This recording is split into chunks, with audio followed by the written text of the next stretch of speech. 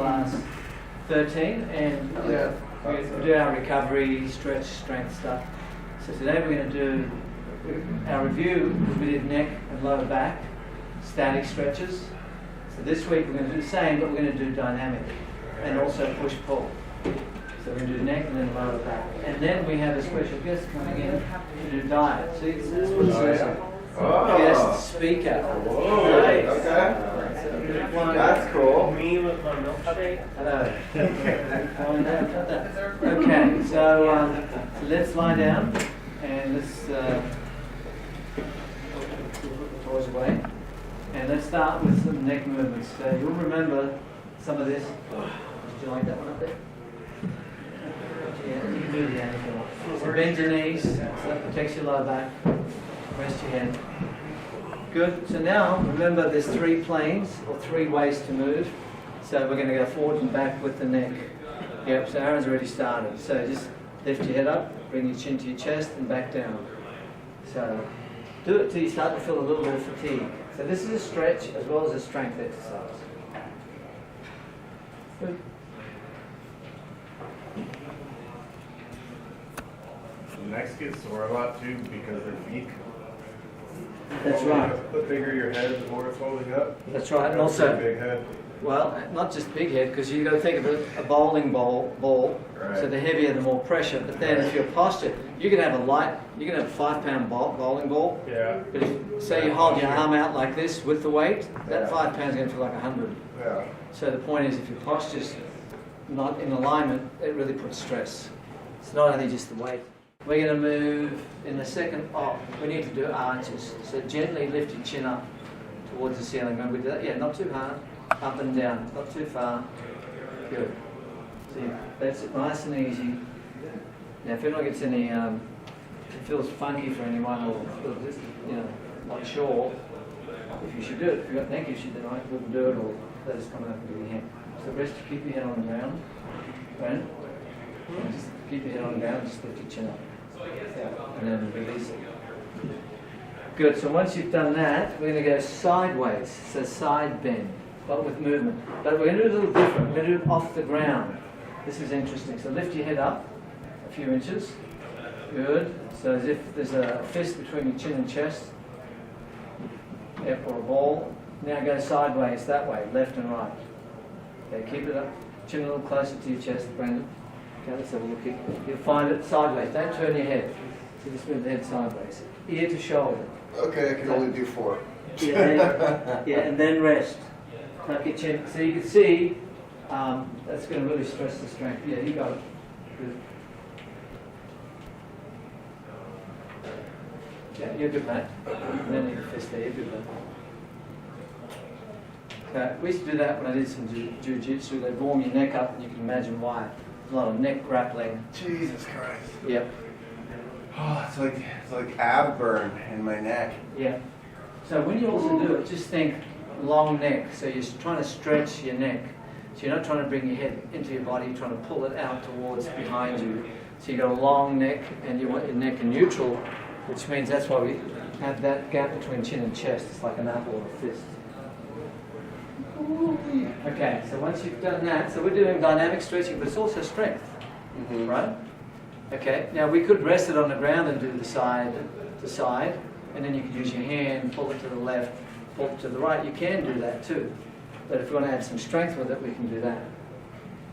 And then we're going to do rotations. How we're going to do rotations and also do some strength. So again, you lift your head up, get your chin in neutral, your head and your neck, so tuck your chin to the wall and then turn, yes, nice and easy. Keep your head up. And again, thinking long, trying to put space in between the discs in your neck. There's a different type of strength, which is pretty neat. That's where you push. So put your hand on your forehead, middle of your forehead. You can rest your head on the ground. Okay, on the front of your head. Okay, you can see what I'm doing here. And you're just going to lift your head up and just add a bit of resistance. So you can move, but add a little bit of resistance. You can also just hold it in neutral and then push for 5 seconds. So you've got a couple of options there. You can have pressure through the movement, or get it up in neutral and then push 5 seconds. How hard do we push, guys? 7. 7 at the most. Yeah, you could go 8. 5 to 7 is plenty. If someone's neck is frail, then you push less. So do that 3 times. Oh my God. Yeah, it's a workout. Yeah, it's burning. Yeah. So the muscles are fatiguing. So usually when working someone, you go just till it starts to burn fatigue. That's where it's going to start to improve, because that's where the endurance runs out. You get that little lactic acid build up. Okay, let's do the opposite now. So chin up. Okay, so we're going to extend. Okay, and then just push it into the ground, just lightly. So you've got your chin up towards the ceiling, push it into the ground. So we're just adding a little bit of strength. You should feel the back of the neck. Yeah. Good. Push for 5, rest for 5. 3 times. Push for 5. Yeah, you can also have your hands behind your head. Ken's applying a bit of poetic license there, which is fine. So you put your hands behind your head and push into your hands if you want. Okay, so now we need to do the side bends. So we can keep our head on the ground. So bring your ear towards your shoulder, hold it with the opposite hand, and then push into it for 5 seconds. Rest. 5. Keep your chin, nose pointing at the ceiling. If your nose is not pointing at the ceiling, then we need to adjust. Turn your head. There you go. Good. Okay, rest your head on the ground. Yeah. Bend it side. That's it. You got it. Now with your right hand, grab the opposite side of your head. No, your right hand. That's it. Gently and push. You got it? Yeah. So that'll start to give you strength as well as a stretch. So if I was to do one thing, I would probably do that. Because you can do static, which we did last week. We did dynamic stretches. We also threw in some strength with the dynamic stretching. Now we're doing the push-pull, also known as P&F, which is the fancy physical therapy method from back in the early 1940s, somewhere around there, I think. All right, now we need to do rotation. So the way to do that with the push-pull is you just keep your head centered right in the middle of your trunk, and then turn, and then just put your hand on the side of the head and push. So first just turn as if you're looking to the left or the right, yeah. And then try to, as if you're going to try to straighten back up, and then you push against it. 5 to 7.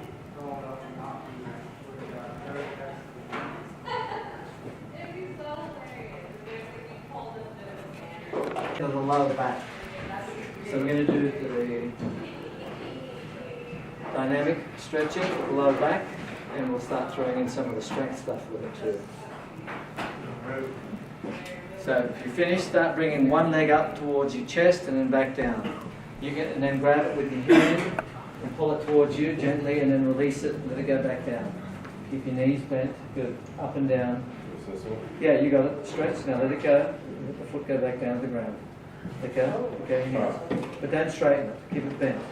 So just do one side at a time. Okay. Pull, good. Stretch, release it. Good, keep the leg bent. No, don't straighten it. Good. Keep it bent. Yeah, keep it bent. And again. Okay, so now I'm going to show you how to do strength while you do that. So while you're holding it, say you might do 5 of those. While you hold it, I want you to pull against it. Pull. 5 to 7 pressure. Push. Push, pull. Because you've got your hands around your knee, you're pulling. Oh. You're not pushing. Oh, you're pushing your leg. Pushing with my leg. Yeah, pulling with your hand. Yeah. Good, for 5. So you can do that, and you find if you do that 2-3 times, you find that knee will get a little closer to your body. Not that you're trying to, knee's got to touch your chest, but you got the idea. Now, let's do one more, but this time, put your hands on the top of your knees. So keep your knees bent, okay, on top of your knees. Bring that leg back, bring one back. Good, so hands here. 2 hands on here. I think we're here for that leg. Good, now push against it. Good. So you're trying to bring the knee back. You're going to feel a different part of the body working. Hips. What's that? The hips. The hips, front hips. Abs. Abs, hips, and the hips are the opposite side of the lower back. Ooh. See? I don't like that one. Yeah. So let's do the other side too.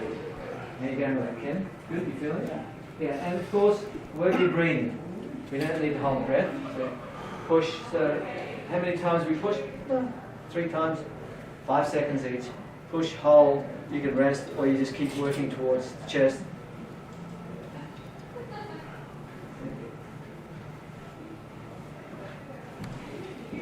Okay, and then after this, we're going to do the rotational one, and then we call this, you can call it a chiropractic stretch, or you call it a pretzel.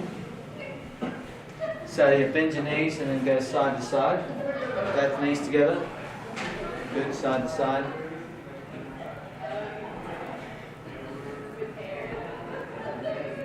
Yeah. So, you know, that's dynamic stretching. We've been doing this for a while, haven't we?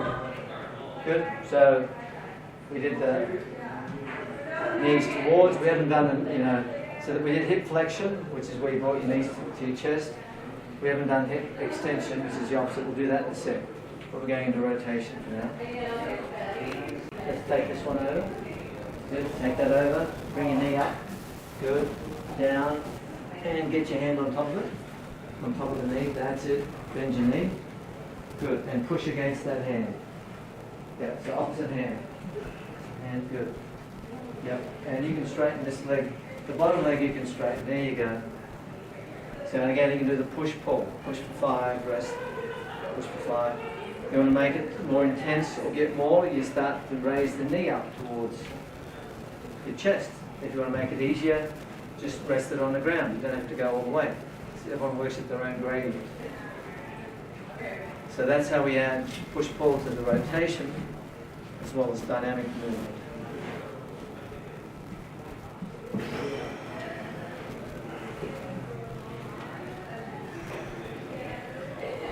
Okay, so when you finish that, so that's a good one. So if you're just going to do one, I'll do the push-pull on this one. First warm it up with some side rocking. Okay, so we're going to go face down next. Is this good? Good stuff? Yeah. Oh yeah. Okay, so very easily, this is a stretch but also a strength exercise. So you're just going to lift one leg at a time. Now here's the trick. We'll use Brandon here because he's quite flexible. Keep both hips on the ground, feet closer together, and lift one leg up as far as you can without your hips coming off the ground. So let's keep this down like that. That's it. Good. All right. Down. Let's do the other leg. Okay, keep that hip down. Keep that hip down. Let's roll. Good. And down. Now, was one leg higher than the other, or were they pretty close? What did you guys observe? They're pretty close, yeah. So you might find one of your legs goes higher than the other. So you just go, you might move only an inch off the ground. So that's stretching the front of the hip, but also working your lower back, back of the leg and glutes, which is helpful for the back. Yeah, good. You got it. Feel that in here? 1, 2, 3, correct? Yeah. More by the knee. By the knee.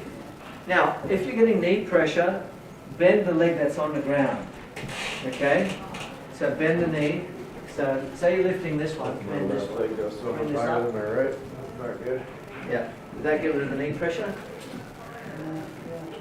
Yeah. So if you're feeling it on the opposite knee, then bend the leg that's on the ground. Good. So let's do a few of those. So now we've done the front and back movement. We've done a rotational. Now we need to do some side bends. So that one we'll do in half cobra. So let's get into half cobra. So resting on your forearms. Yep, just hold that stretch, especially if you feel some tightness, you want to loosen up a little bit. Push your shoulders down your back, shoulders back and down. Head should be neutral. Head should be looking slightly down in front of you, maybe 2, 3 feet out front. That looks good. Good neck posture here. Good. You guys have got it. And look down a bit, Ken. Yeah, there you go. So now from there, keep your hips on the ground and move your hands around from right to the left. Let's everyone go to the left. Both hands? Yeah, both hands kind of walk. So you're doing a side bend from the upper body. Yeah. And just go to where you feel the stretch. Okay? And then hold. But keep both hips on the ground. Now lift. One hip and one lift. You turn to the left hip wants to rise, but keep it down. And then hold it.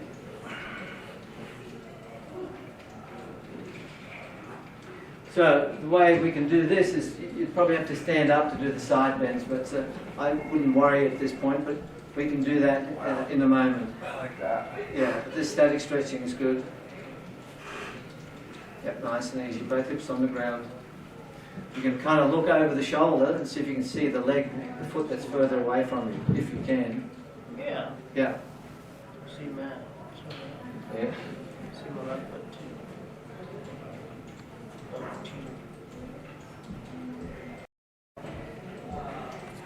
Okay, and we're going to do, what's that? That's cool. Yeah, it's pretty cool. So we're going to do one more thing on the ground. We're going to do mountain climbers. This is our conditioning one. We're just going to do 60 seconds. It's pretty hard. Okay, so you can just do this. Okay. Oh, I need to rest. Okay. We're just going for a minute. Can you do that from the side, please? Yeah. Okay. So shoulders back and down, head in neutral. So mountain climbers, pretty easy, right? Level 1. Oh, rest. Okay, my shoulders. Good. Level 2. Right, level 3 you can throw in a little ab turn if you want. But really the basic mountain climber is with a little skip. So you can either skip or you can just walk it out. We're just going to go for a minute.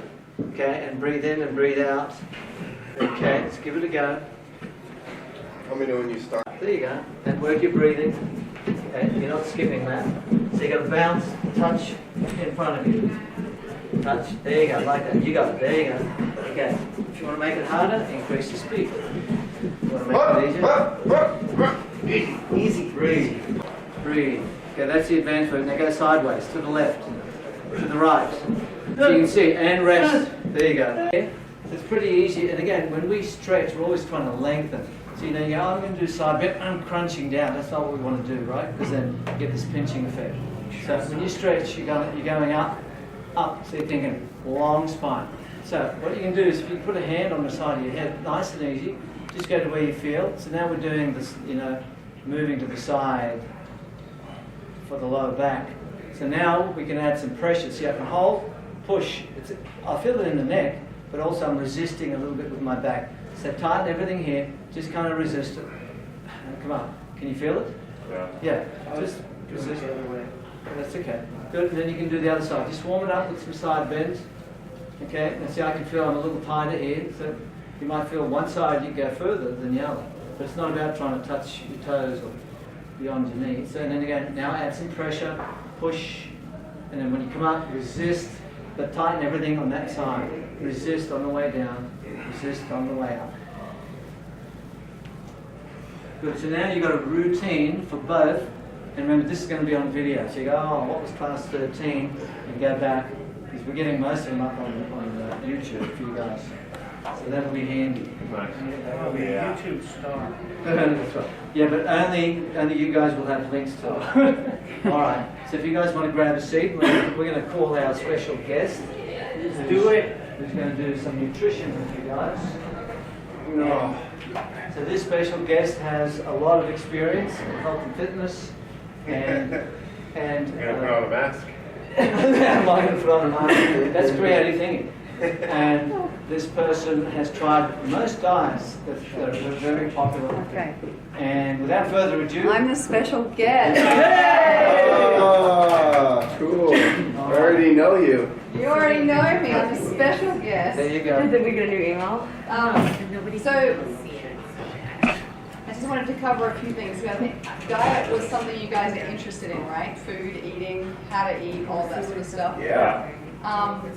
So I wanted to go over, first of all, some of you had questions about body types. Remember we kind of Yes. touched on that? There's 3 basic types. Endo, and morphic. That's the full name for it. Ectomorphic.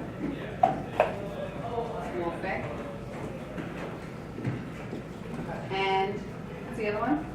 Meso, yeah. Mezzo. Have you guys heard these terms before? I've heard endo and ecto. Ecto. I've never heard meso. Okay, so endo is like big boned. What would be an example? Like a, Kyle, Aaron. you know, what are those guys that throw the, what's that thing? The Shot ball? put. Shot putter. That Yeah, would be Javelin. javelin probably wouldn't. You want someone a little lighter The than that. javelins But are the lighter guys. endomorphic endomorphic, what is it, front row forward football player, those really big guys. Yeah, offensive line. The Chris Pratt. Islander guys, you know? Oh, Yeah. Those big guys, Maoris. Yeah, Maui. Oh. Endomorphic, heavy, Big bone. strong, So very strong. Jason Momoa, Yeah, those, yeah, Endo. yeah, he'd be pretty in good shape though. Yeah, he's in good shape. Yeah. Yeah. He's lost a lot of his big fat. Yeah, so you've got that big bone, very strong. Ecto, usually smaller boned, finer, thinner. I think of like not sprinters, long distance runners usually. Marathon runners. Marathon runners,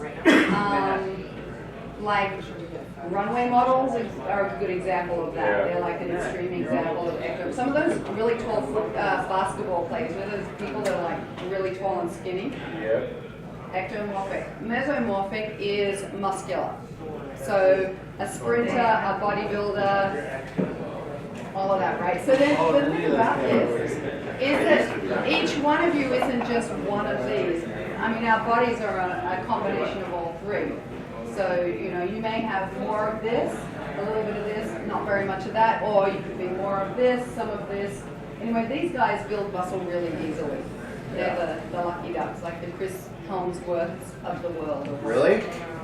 Yeah, he's probably got a bit of this and this going on. He doesn't have much of the endo, Oh, right? yeah.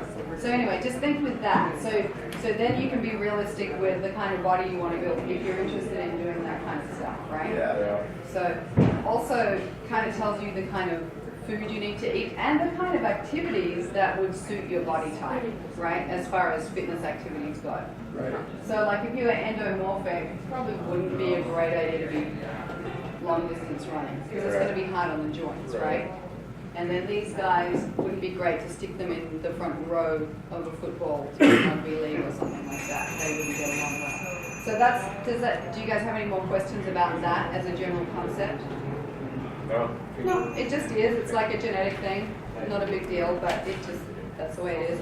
And then I wanted to also go over different kinds of body fat. Sounds weird, doesn't it? But there's 3 different kinds. You like this?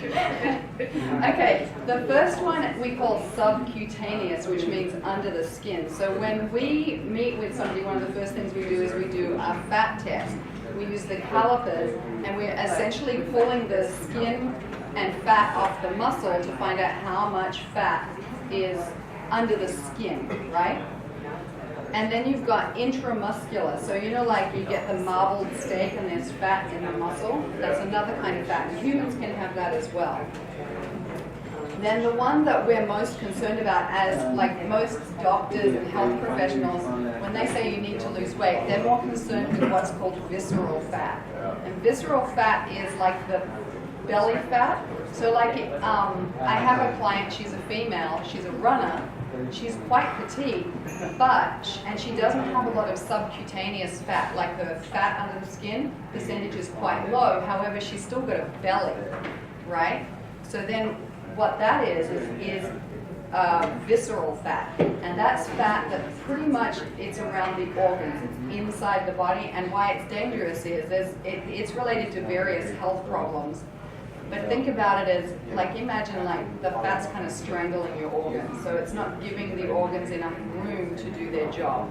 And if you get that around your heart, you can see how that could be a problem, right? Yeah. So that's the one you really want to be careful of, and how you measure that, or what you can look at as a simple metric would be like your hip to waist ratio. That's a very simple way of like determining like the health factors, and something you need to look at, okay? And you can go online, there's actual ratios that are okay, and then ratios where if you're over that, you probably want to have a look at like changing a few things. Trace? So let's say if your hip's 36 and then your gut's 46, there's an issue there, right? Yeah. And usually, I mean, that's an example. So you're not pregnant if you're male, right? So the thing is, it's usually older guys it happens to, and you see some old guys, you know, they look normal, and all of a sudden they got this big paunch, right? So my body's over 60, so I can tell I can put this on easy if I'm not training and if I'm eating too much. And then the lady that Tracy was referring to was over 60. She was most post-menopause, so she wasn't a 20, 30-year-old. So once they become Postmenopause, they start to be shaped like a man. So they start to carry it where a guy carries it, which is around the gut. Right? Yeah, which isn't healthy. Yeah. So anyway, just as a point of reference, so like not all fat is super unhealthy. You've got the aesthetic point, and then you've got the actual health factor, which is what we're mostly interested in. All right, so then we were going to go into macros, right? That was another area of interest for you guys. So macros being proteins, fats, and carbohydrates. A simple tool that I use with my clients, because one thing is we've got quality and quantity. So quantity meaning calories, right? So calories are simple. A calorie is essentially a unit of energy, right? And I think it's very specifically, let's see, the definition is something like how fast water, it's how fast water can heat. So it's an actual unit of energy, and it's stored energy for the body. So it gives us fuel just like the car, right? That's what our bodies operate on. So that's the quantity, but the quality is where the macros come in, okay, to some degree. So MyFitnessPal, have you guys heard of that?